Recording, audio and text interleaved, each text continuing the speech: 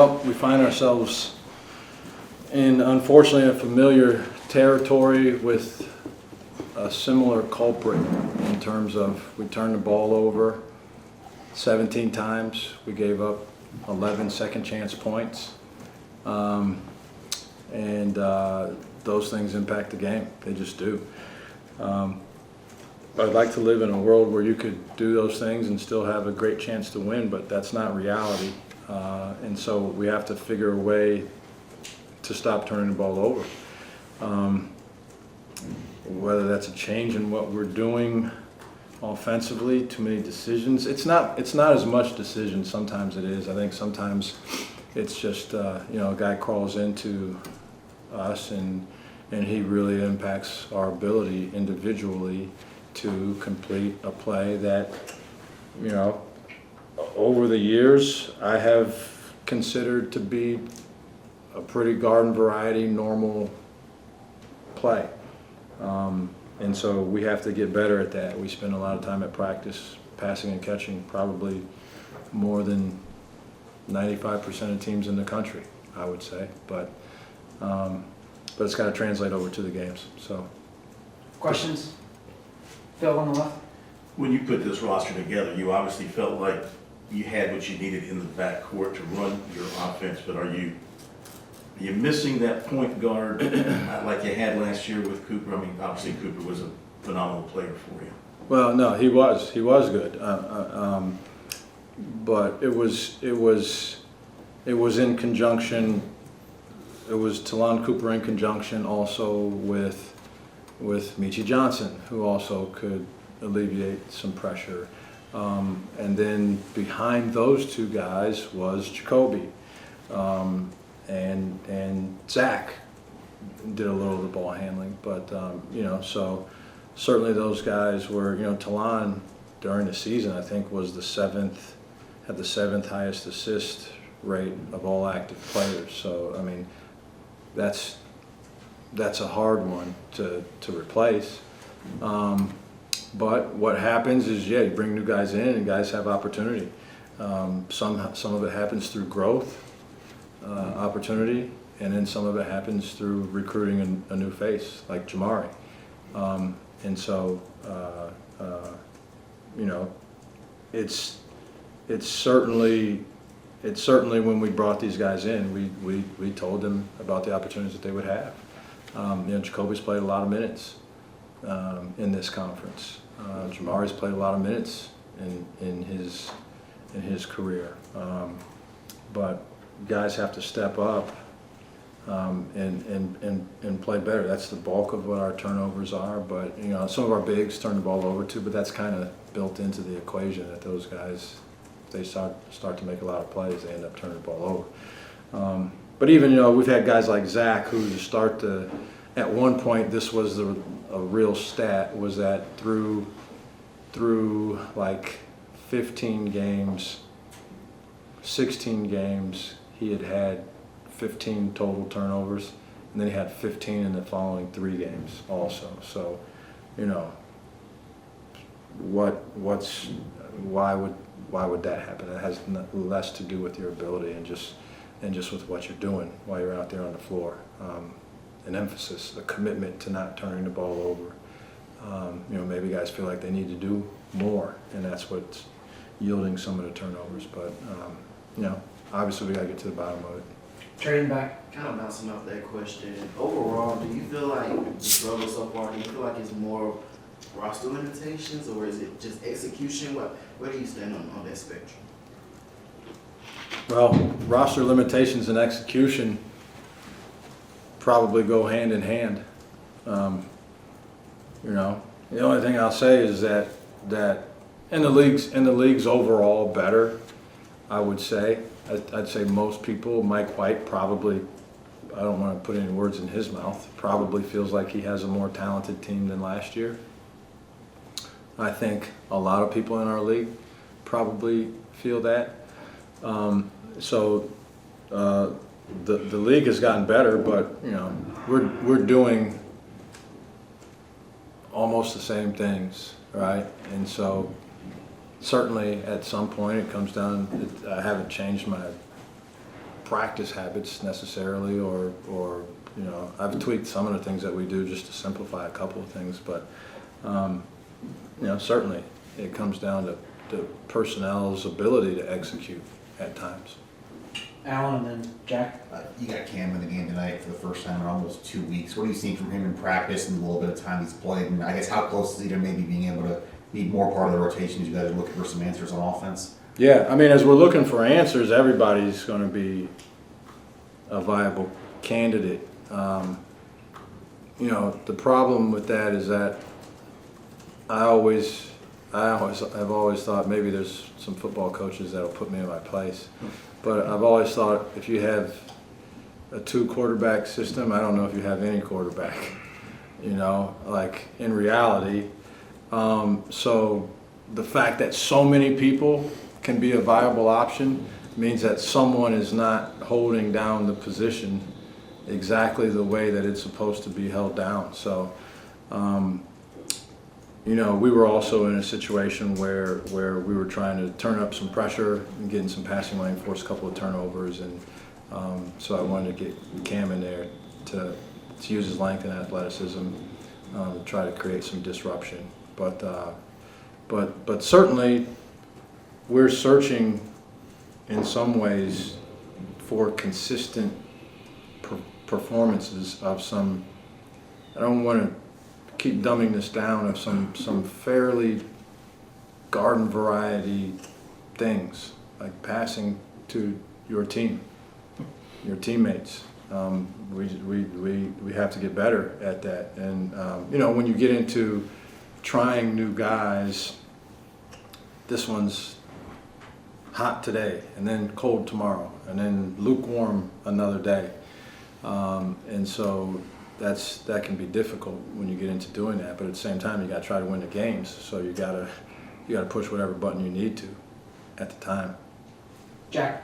What did you make of Jacoby's struggles tonight on the floor? Did you see anything in particular that maybe you felt like led to some of the not being able to score or anything like that?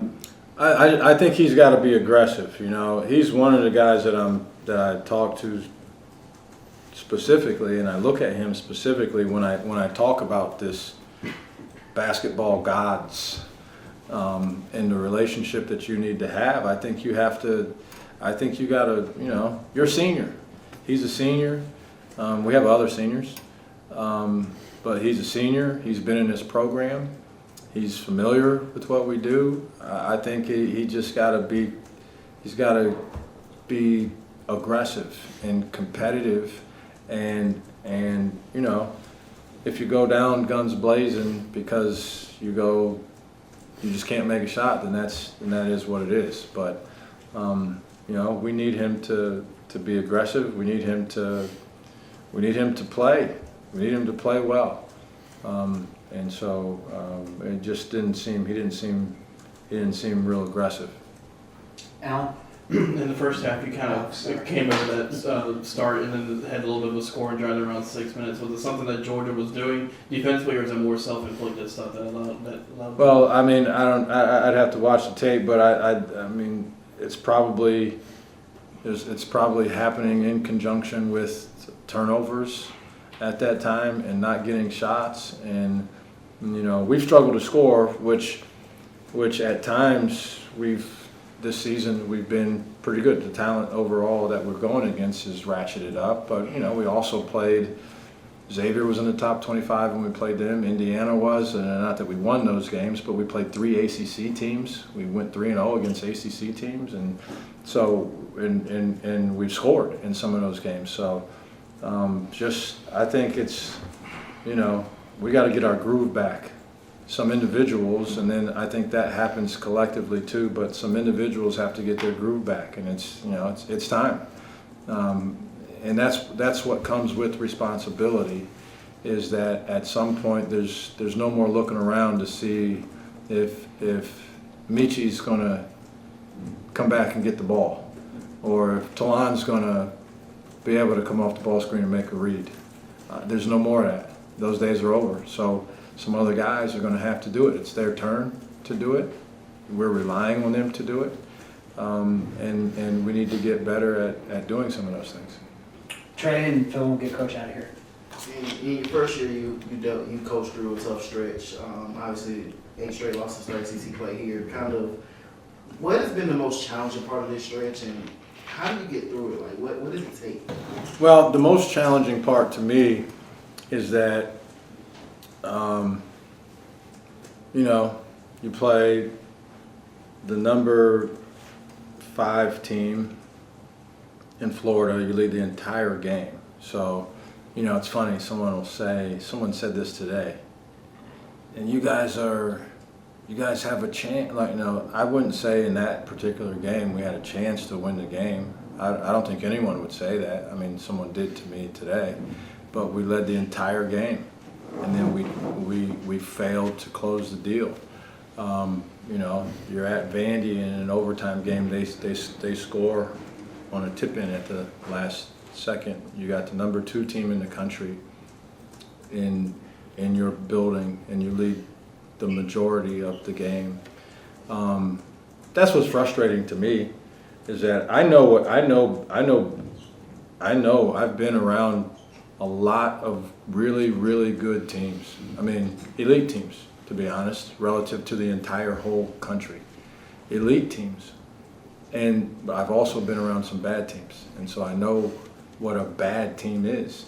And if this was a bad team, you can't accidentally do those things in the way that we had done those things. You just can't. This league is too good. It's the best the league's ever been. So, so that's what's frustrating, is that there's another whole timeline in which we make 3 plays and we have 3 wins versus 0 wins. And, you know, we're in a different conversation at that point, because there are a lot of really talented teams with a little number next to them that have 3 wins in our conference. It's just what the league is. So that's the reality of it. When it boils right down to it, I think if you look at it, that's really what it comes down to. Last question, Phil. Just, you know as well as anybody, everybody's focused on your turnovers, and you're focused on your turnovers in practice. And then you come out tonight, you get the tip, your first possession, you turn it over. Yeah. I'm just wondering, like, you know, what's your thought on the sideline with that thing? Because you probably practice, like, you know, all day, like, don't turn it over, and that happens. Yeah. I mean, I said that to my poor assistant coaches during the games. But, you know, you're thinking, I wish I could put myself in right now, right? But I'm at a loss for words to some degree with it, to some degree. I mean, and these are good kids. They would like to do what you ask them to do. Sometimes guys are so hard-headed or belligerent that it's just, they're out there just going against the grain. This is not that. I truly think they would like to do what we ask them to do.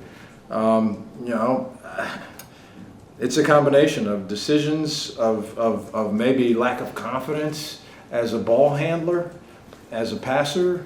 It's receivers that aren't presenting themselves as wide open, maybe. I think it's been a culmination of all those things. But I mean, certainly that part of it is frustrating for me. I'm not trying to lend or shirk any blame in the whole deal. I will go, trust me.